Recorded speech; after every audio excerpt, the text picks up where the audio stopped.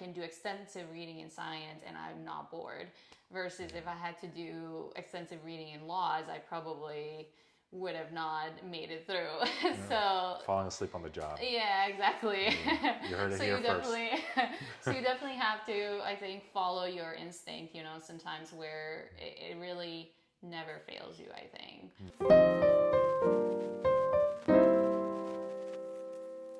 Hello everyone, welcome back to Luis Discusses Everything, and today we're going to discuss immigration stories. I'm joined by my good friend Lloreta Kerliu. I hope I didn't butcher that last name. Welcome to the channel. Thank you. Thank you so much for having me. So today I wanted to kind of like focus our conversation on basically your immigration story because I think it's such an interesting story to tell. I mean, I already heard a bit of that story, a lot of that story, but I want kind of like our viewers to get a bit more of that. So I guess we can start with a little bit about yourself. So yeah, as you heard, I'm Lloreta. I am Albanian, and I've been living in U.S. for quite some time now, almost 14 years. Actually, it's an interesting time point because at this point I've spent more time in U.S. than in Kosovo, which is where I'm exactly from. I've moved here, in a young age, and really was primarily to get better education, and I've lived here ever since. Now I work here, and it's where I call my home now here in Boston. So yeah, that's a little bit about where I am in point in life now. I'm a pharmacist by background, and I work in a pharmaceutical company involved with medical education around dermatology diseases. Okay. So what's your, so is that like your career choice? Is that? Yeah, it's involved. It's not exactly what I initially thought I was going to do. I knew that I was going to do something in medical field. Both of my parents are physicians, and I grew up in So it comes in the family. Yeah, I grew up in my parents' practice. It was something that I spent a lot of hours doing homework and just really seeing how they do their job, and so.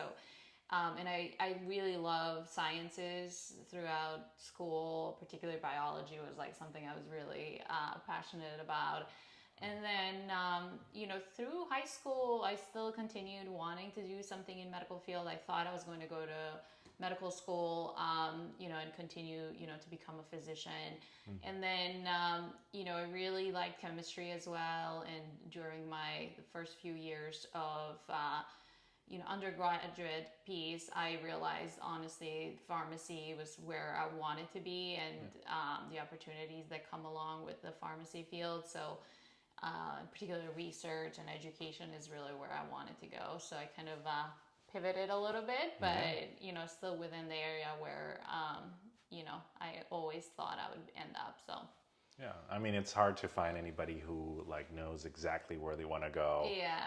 Fresh out of high school, I know exactly what I want to do. Like it's very hard to find that. So yeah, exactly. So do you feel like it was related to like family pressure, like your family members are physicians or are in medical school, therefore you feel like this indirect pressure to like pursue that field? It's interesting. I mean, as you probably know, in many cultures, there is this pressure, especially when you're coming from another country, moving to US, and there's this always demand to really succeed and make the whole, immigration worthwhile, right? And I think there's perhaps in our culture as well, similar to others, where there's probably emphasis in getting a certain type of degree, whether it's becoming a lawyer, engineer, doctor. I mean, I think that's always there, and it's not necessarily that my parents pushed me towards always going to become a physician. In fact, they pushed me towards pharmacy more so during the time when I couldn't decide. And I think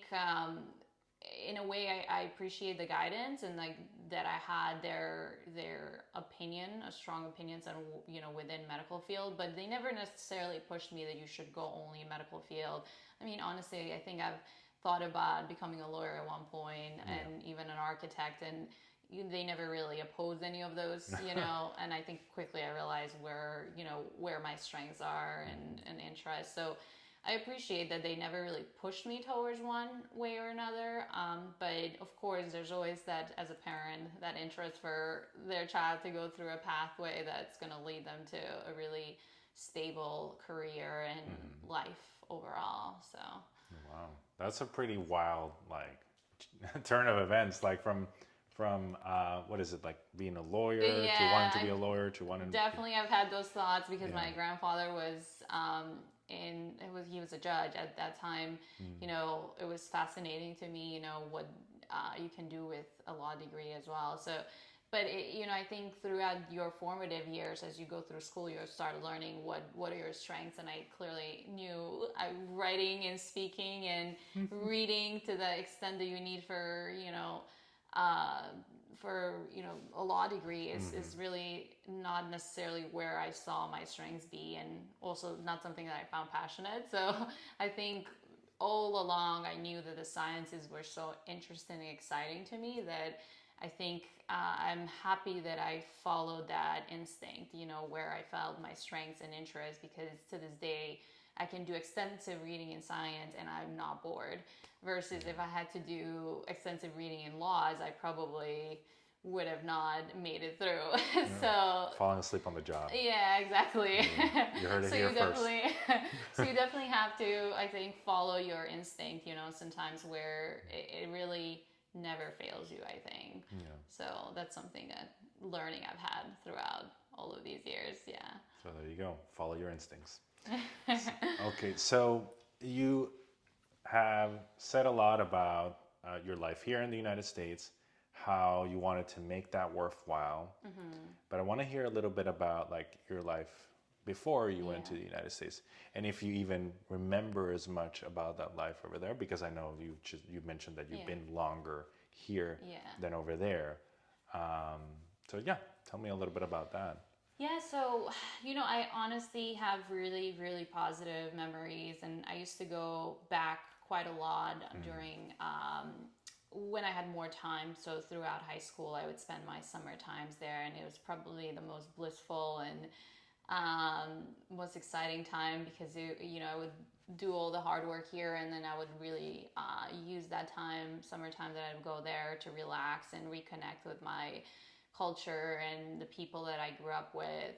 So really, every time I think of home, it's really, I feel nostalgic now because I haven't been there in a while, and there's certain things like the food that I miss, the people. I think what it is interesting about Kosovo in particular is, majority of people of the population is a young population, under 30. And so there's this vibrant culture. Everybody, despite the fact of the hurdles, whether it's economical or political, there's just so much positivity and motivation to enjoy life despite all of those issues. So I think that's something that I've always enjoyed, and that's something that I recall even at those times. So especially during the times when I was there in the beginning of the years of my life, it was wartime, and it was a politically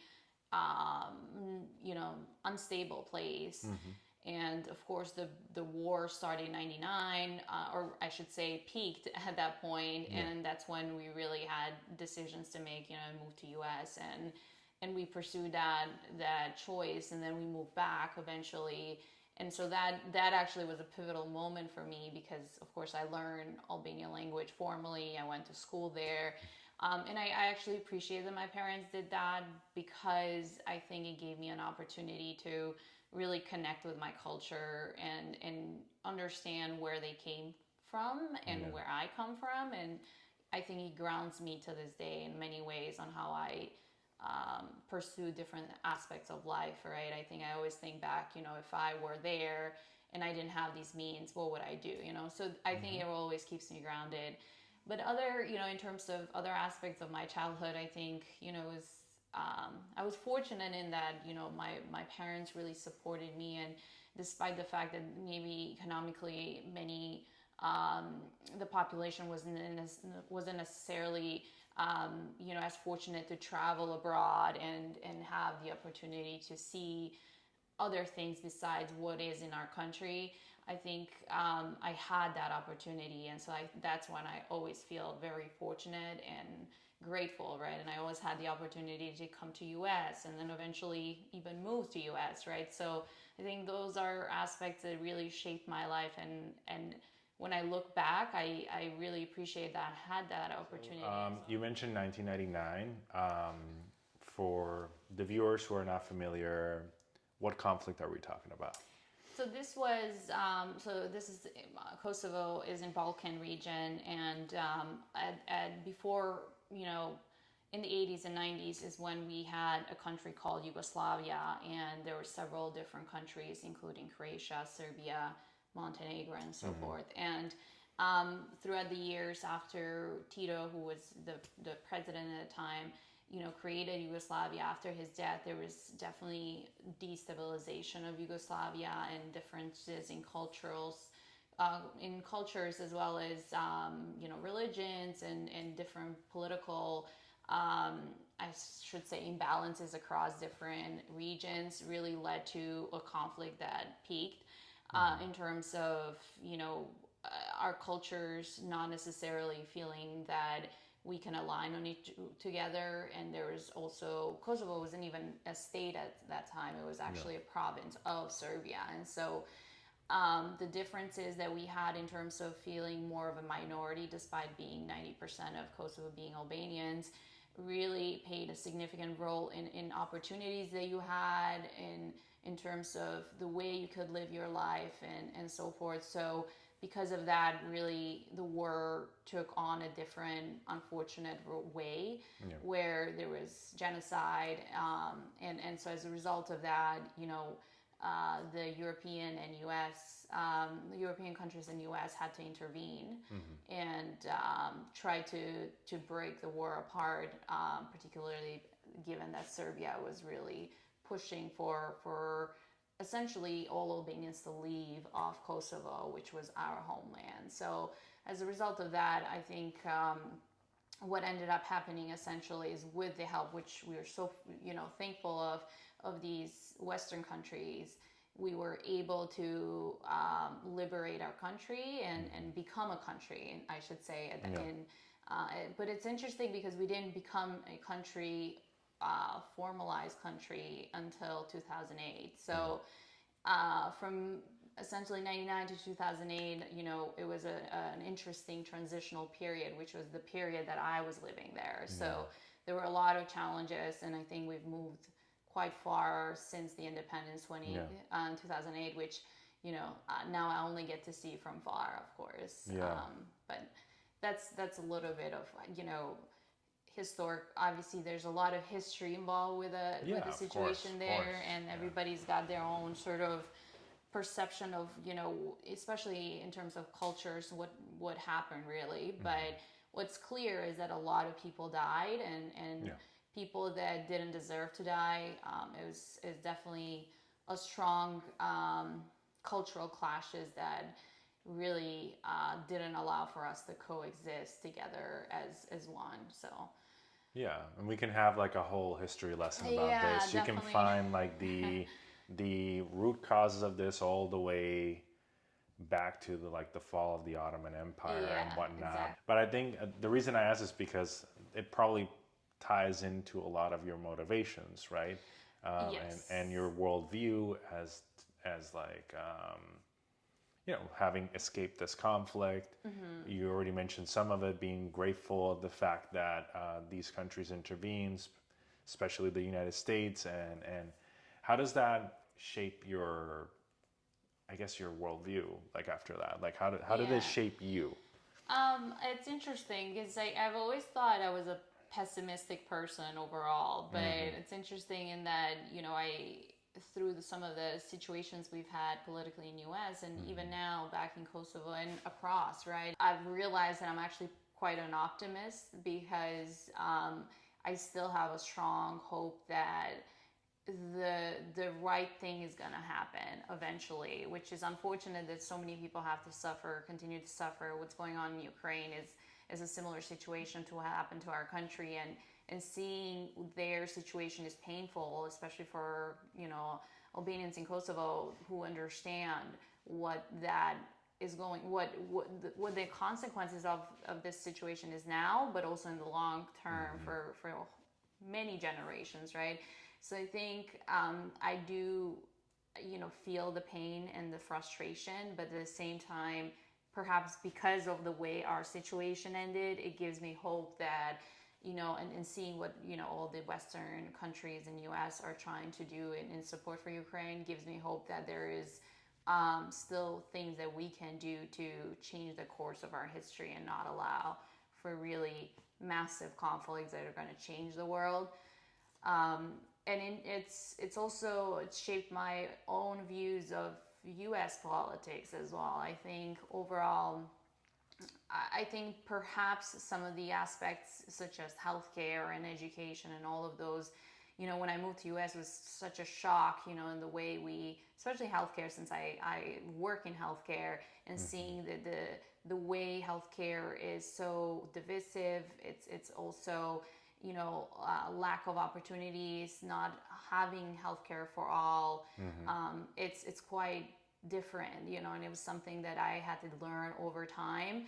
But I think at the same time is I understand, because I've lived in US and I understand how we evolved to this point, it's sort of given me, I don't necessarily go towards one opinion and saying this is wrong. I also understand why, you know, US operates differently from Europe. You see all of it and then you realize it's somewhere in the middle, and it's better to say be a pragmatist, right? Like what can you expect to change as an individual versus, you know, as a generation, right? And so I always try to figure out what I can make a change here in US, or me being as an immigrant and of course someone who supports Kosovo, like I want to see ways I can change, but I also am realistic there are certain things I'm not going to be able to change, and hopefully our overall generation it will be in the future. It's interesting because we lived in US a little bit, and then we moved back home once we, you know, the country was stabilized, that there was no more ongoing conflict, war.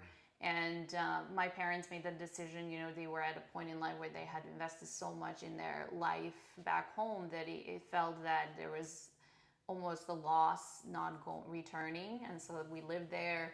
So I spent all my formative, you know, years in terms of elementary education. And then, you know, right before starting high school, you know, I had an opportunity to move to US just so that I get an earlier entry into college, right? As you know, the first few years of high school are critical. Oftentimes, Albanians that, you know, came back to US for education would come in the last year of high school, and at that point, you already know what high school, what college you would be going, and you know, you would have taken your SATs and then so forth. So, in order to prepare me better for college and future opportunities, my parents made the decision that it would be better off for me to start as early as I could in the American school system. And so I was fortunate that my sister is much older, and she was already based here, and so she became my legal guardian and took me under her wing. And so it was, that also was an interesting experience, right? Because I didn't really have my parents here, but it required a lot of, you know, responsibility acquiring a lot more responsibility at a younger age than maybe many during their teenage years they didn't need to have. So growing up really fast. Yes, exactly. And I think that's probably how it shapes my views also in terms of, you know, my willingness to take risk, or certain aspects in life I just pursue differently, maybe because of the fact that I started like living an adult life essentially at teenage years. So I can't even imagine. Like the viewers know I'm from Puerto Rico, but it's a different dynamic in the sense that I was born with a citizenship already, and it's just a matter of taking a domestic flight to the United States. So I can't even imagine like showing up in the United States not even having the citizenship, which leads me to my follow-up question, which is like, given that like Kosovo became formally independent in 2008. Like, how were you able to like move to US? Yes, when the country wasn't even unless the U.S. recognizes them. No, so it actually, the way it worked is I came as a refugee. So I first came, as I mentioned, during the conflict in Right, the yeah. 1999, and so at that point we didn't have, everybody was moving to different countries, whether it's Australia or European countries and US, and usually you went to wherever you had family. It was a preferred place to go to for refugees. And so we moved to US not knowing, I mean, we actually never thought we would go back because the conflict was really tragically going wrong, and we didn't think that things were going to change for the better. And so we actually lived in Chicago at that time. And so, that's the way my path started for the citizenship. And then eventually, after that was completed, we moved back home, where my parents decided to let us grow up, and for them to continue pick it up at least where we had left it off in terms of, fortunately, for practice, my parents' practice, and our home wasn't burned. Many families had to go through that aspect. So because we had those, the setup well for us to return, I think that was a big reason why we made that decision. But in terms of, getting the U.S. citizenship, it was not. I actually wasn't even back home when the independence happened. At that point, I had moved back again, right, and formally moved and have been here since. So during that time frame, really, it was only because of the refugee status that I was able to get to U.S. So I guess in a very unfortunate way, I got a great opportunity. So I think that's another way of seeing, silver lining, I guess, in terms of what you can get in life. Maybe, there's always doors opening to you, and that probably also what gives me hope, because people allowed us in, right, and gave us an opportunity that maybe we would have not had it otherwise. So sometimes in dark times, people really are opening up to help others. Like the humanity of it. Yeah, exactly. Out. Yeah. It's also easy, it's very easy to be pessimistic when you bombarded with news about if you see the conflict in Ukraine and whatnot. The only images that you see are usually horrific images of people suffering, mainly refugees.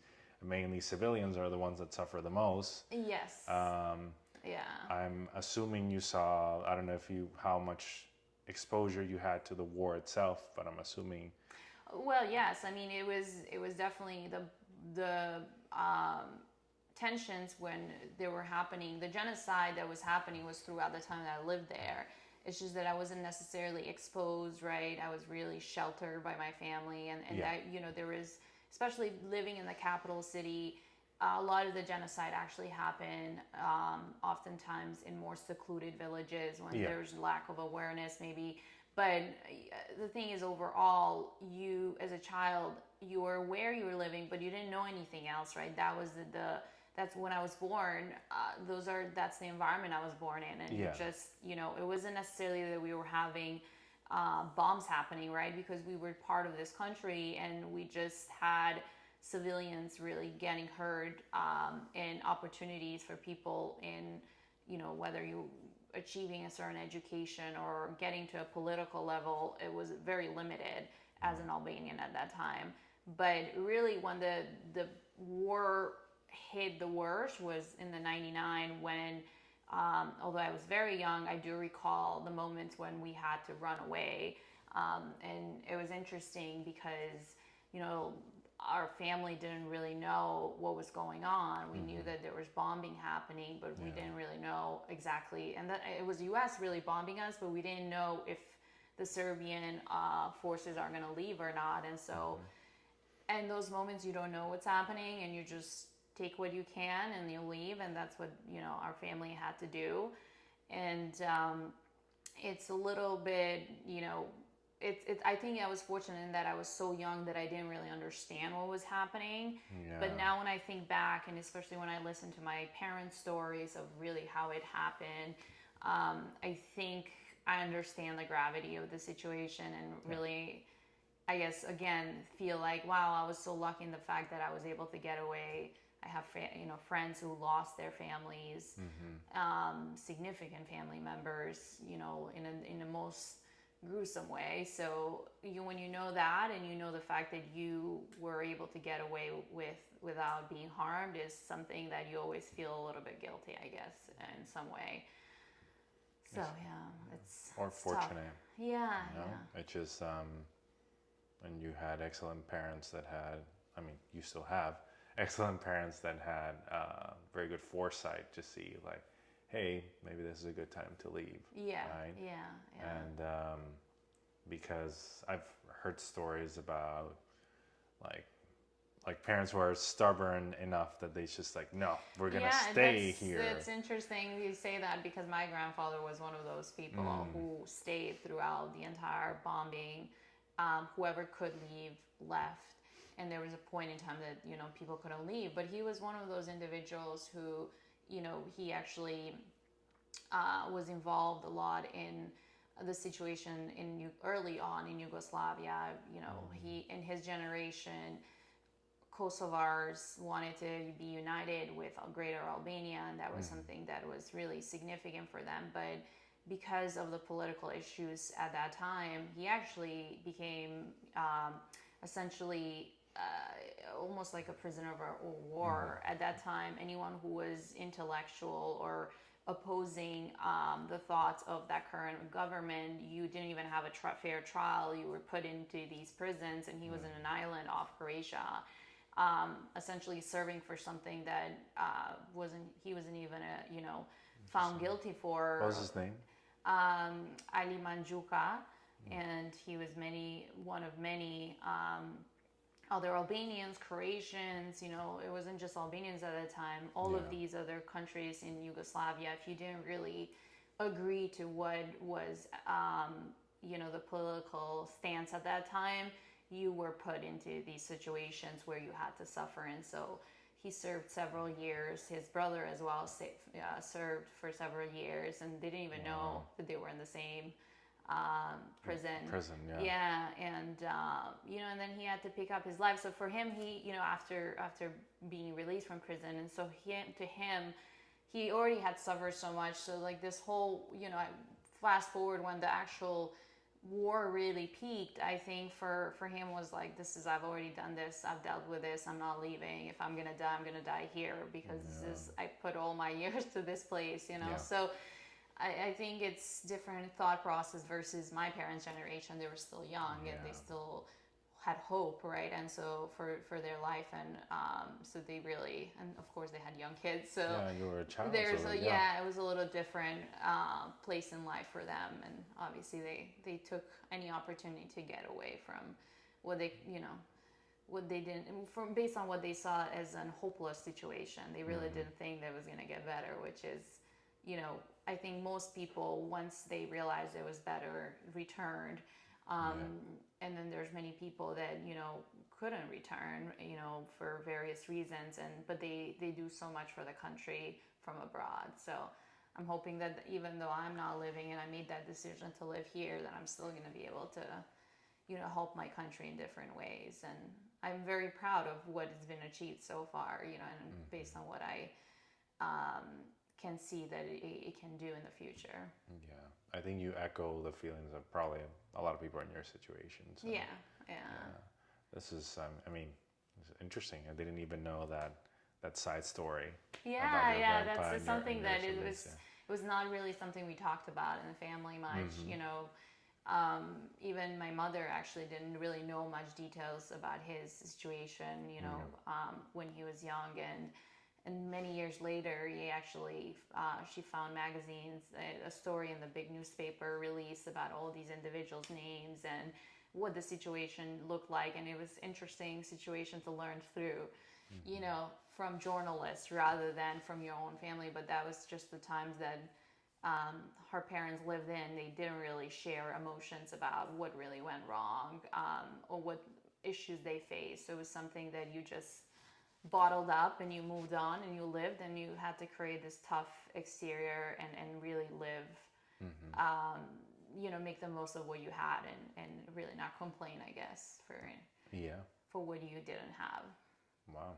Yeah, that's, I guess it's understandable because you don't want to like remember like those that the trauma, right? Yeah, exactly. That's the trauma-inducing natural memories. instinct, I think, oftentimes to really try to forget it or, just put it aside. And I think there's value certainly to really reviewing those histories within our family. Is really understanding, who they were. Because oftentimes, just speaking of my grandfather, he was an interesting character in terms of he wasn't necessarily the most emotional individual, especially with his family members. He was always a little bit more reserved, and I think he really achieved so much even after after this whole situation he had to face in his life. And he was there, he made a life for his family, and that was his thing. He was really proud of what he was able to achieve and for his kids to achieve, and he really pushed the entire family to become successful. All of his kids, including my mom, really were able to achieve so much. And I think that was always something primary focus in the family. But we didn't really come into a family where we really expressed our emotions for each other. And I think that's something that you have to understand, why.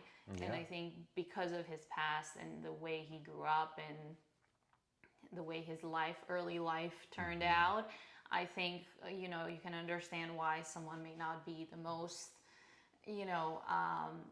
open and warmest individual to be. But I actually have such wonderful memories of him. He was quite firm and very, strict about his things and the way he wanted things to be. But it was interesting because and based on what others tell me, I was one of those, grandkids that really pushed him and really got him to really maybe a little bit get more loose in terms of, not be as, firm about his ways. And I think it's interesting how the generations, when they face each other and just being different in different time points in life and also in different situations around them, that you can open up to others. Of course, you were the grandkid. Yeah. So it's like it's gonna be softer with the grandkids than he is. Exactly. Generationally, and he passed away like a while ago. Yeah, it's been several years now. I could be even almost a decade. Well, actually more than a decade, because when he passed away, I was back home. But yeah, as he would have liked. Yeah, and that was actually, he was very strong about, where he wanted to be in his last days. He returned to the town where he left when he was like, very, very young, right before he went to prison. And it was something that he was very strong about. And he never ever visited U.S. He was very adamant that Wow, I being didn't even there. know that. Yeah, he never, even after the war ended and things, started freeing up there, he always stayed there. He never ever visited, which is the interesting. He was very connected to his, and he was very connected to his place, and despite of the fact that it maybe, if you perceive it this way, maybe the place failed him at many times, he never gave up. That was his home, and that's where he was going to die as well. So it's very interesting. Some historical background to think about. And it's like in contrast with like the generational differences. Yeah, probably the worst of it, judging by what you're saying. Oh yeah, absolutely. I think he got to see the entire evolution of Yugoslavia, really. And then my parents also lived for a significant amount of time during that time. I think we're living in such a globalized world that I can still have an impact there without having to live there. I think part of it was also, I've created a life around here. I have friends and family now here that it's hard for me to let go. And of course, the opportunity that I have to serve here is still, I accepted my, responsibilities of not just gaining from US, but also giving back from what I achieved because of the opportunities I was given. So I feel a sense of duty to live here and also serve for this country as well. Wow, that's interesting. Yeah.